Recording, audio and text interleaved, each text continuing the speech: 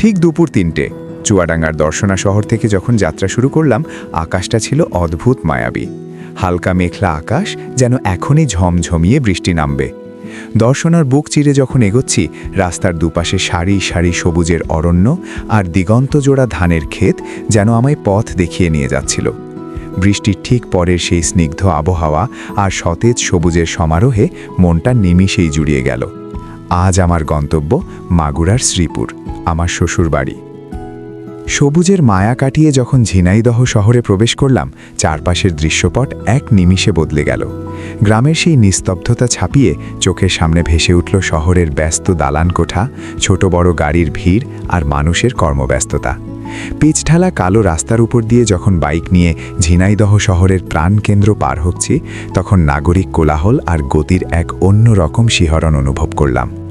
শহর আর প্রকৃতির এই অদ্ভুত বৈপরীত্য যাত্রাটাকে আরও রোমাঞ্চকর করে তুলল। শহরের কোলাহল পেছনে ফেলে আবার মেঠো পথে পা রাখলাম।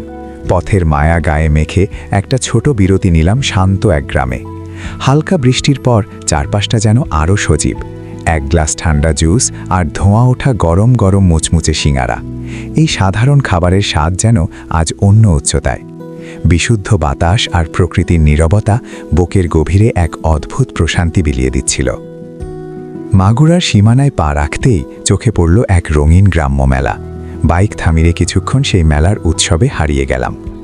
একটু দূরেই একটা স্কুলের মাঠে এক ঝাঁক বাচ্চার হৈহুল্লোড় আর ফুটবল খেলা দেখে থমকে দাঁড়ালাম।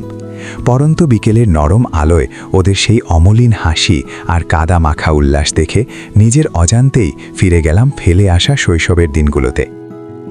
দেখতে দেখতে সময় ফুরিয়ে এলো। দিনের সেই মায়াবী আলো যখন আধারে মিশে গেল, ঘড়ির কাঁটায় তখন ঠিক সন্ধে ৭টা। দীর্ঘ ৪ ঘন্টার যাত্রা শেষে অবশেষে পৌঁছালাম মাগুরার শ্রীপুরে, আমার শ্বশুরবাড়ির সেই চেনা আঙিনায়। প্রকৃতি, শহর আর ভালোবাসার এই যুগলবন্দি চিরকাল আমার ডায়েরিতে অমলিন হয়ে থাকবে। ভিডিওটি কেমন লাগলো কমেন্টে জানাতে ভুলবেন না। আল্লাহ হাফেজ।